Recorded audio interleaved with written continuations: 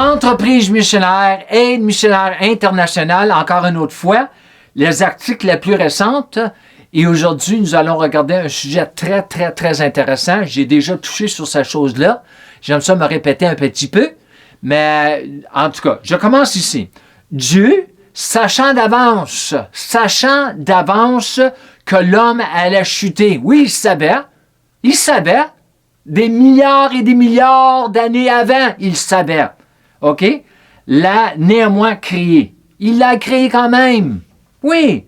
S'il avait choisi de ne pas le créer à cause de la chute, il lui aurait retiré sa liberté de choix et son libre arbitre moral. Il lui aurait enlevé. Il aurait choisi pour lui. Non, Dieu ne choisit pas pour nous. Il choisit pour nous, mais il nous donne la liberté de choisir, de faire le choix. OK? Il nous dit quoi choisir, mais il ne peut pas choisir pour nous. OK? Il y a une action dans choisir. Quand tu choisis quelque chose, c'est quelque chose que tu fais. Et Dieu ne peut pas le faire pour toi, mais il va te dire quoi faire. Mais il ne le force pas de le faire.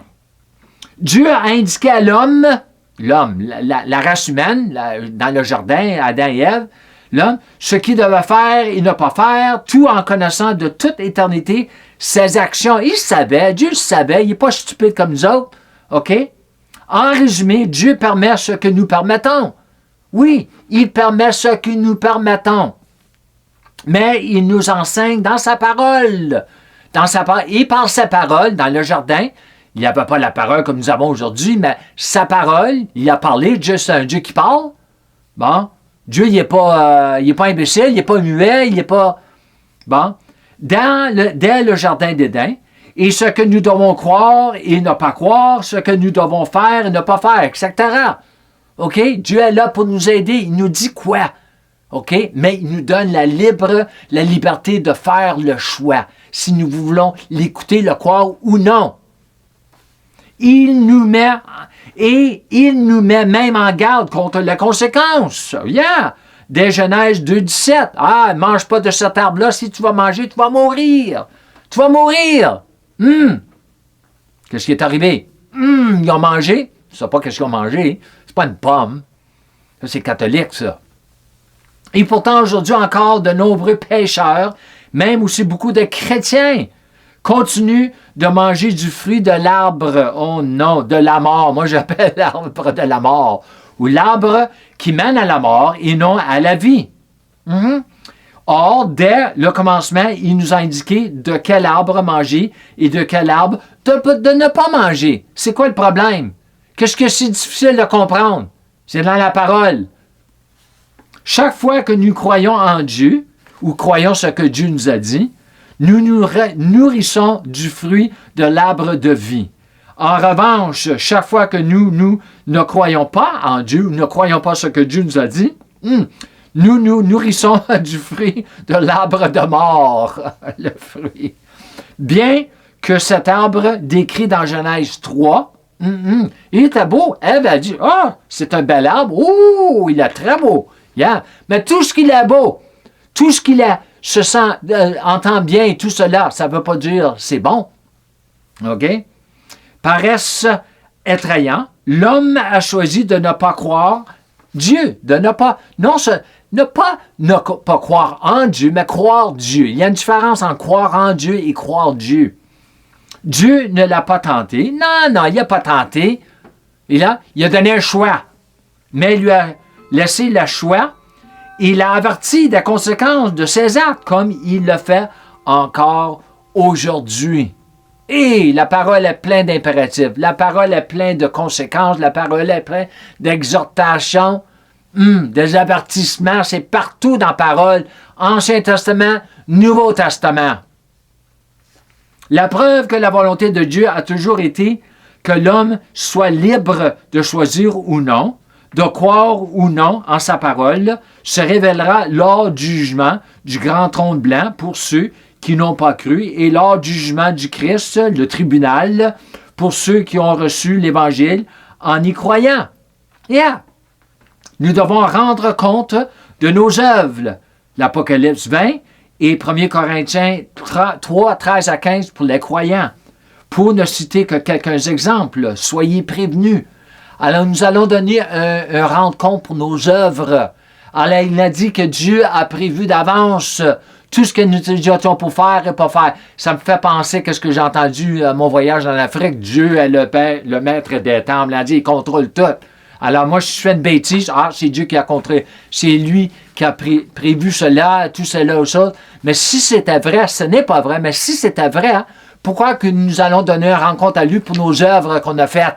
OK? Même dans 1 Corinthiens 3, c'est marqué qu'il y en a qui vont perdre les récompenses, leurs œuvres vont être brûlées. Bon, alors c'était pas des œuvres de Dieu, c'était pas Dieu qui nous permet ça, c'est pas Dieu qui nous a fait faire ces choses-là, c'est nous. C'est nous. OK? Alors, continuons ici, j'ai presque fini. Dieu ne peut pas tout contrôler. Ah oui, il y avait une femme, elle avait dit, Dieu contrôle, elle est dans le contrôle. Mais il a donné la liberté à l'homme. Alors j'ai dit, non, c'est impossible. C'est un ou l'autre. Si nous regardons même le mot contrôler, nous entendons souvent le prédicateur, les prédicateurs, il aime contrôler son église, il aime contrôler, en voulant dire, tu sais, fais ceci, ne fais pas cela. Il se choque quand ça ne va pas bien et tout cela. Il contrôle, il aime ça contrôler les choses. Ou même contrôler un avion, un automobile. Nous contrôlons. Nous faisons la direction de l'automobile et tout cela. Dieu n'a pas contrôle de nous. Dieu nous a donné la liberté de choisir d'après sa parole. OK? Et il va avoir une journée qui va nous contrôler, par exemple. Dieu ne peut pas tout contrôler et donner la libre arbitre à l'homme en même temps. Si c'était vrai, il serait psychopathe et schizophrène et se contredirait. C'est un ou l'autre. OK? Je suppose que vous ignorez ce qui signifie contrôler quelque chose. C'est ça que j'ai dit. C'est quoi contrôler quelque chose? Regardez le mot contrôle dans le dictionnaire. OK? Dieu n'est pas dans le contrôle. OK? Bon. Car si Dieu était aux commandes, nous serions encore au jardin d'Éden avant la chute. En voulant dire qu'il n'y aura pas de chute de l'homme. OK? Il faut comprendre tout cela. Et mon dernier point ici, c'est Dieu a choisi, élu et prédestiné toute l'humanité au salut. Merci Jésus. Il y en a qui disent les calvinistes. Ils disent que Dieu a ordonné certaines personnes pour être sauvées. Il y en a élu d'autres d'après Romains 9, 10, 11. Il y en a élu autres pour être damnés pour l'éternité. Non. Dieu nous a élus. Dieu a élu tout le monde. Il a prédestiné tout le monde entier. Dieu a tellement aimé le monde. Jean 13, 3, John 3:16, Jean 3:16. Jésus est mort pour tout le monde. Tout le monde entier. Mais il faut qu'il l'entende. Il est mort. Il a sauvé, pas juste seulement.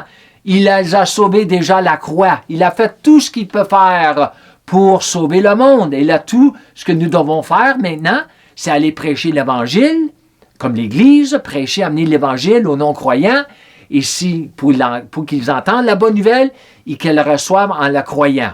Et s'ils croient, ils vont être sauvés. Et s'ils ne croient pas, ils vont être damnés. OK? Alors, je finis avec tout cela. Et comme je finis mes enseignements, comme toujours, je vous encourage de marcher dans la plénitude de votre filiation, en marchant dans la plénitude de la grâce de Dieu et de la foi de Dieu, parce que la foi et la grâce vont ensemble. Shalom et Amen.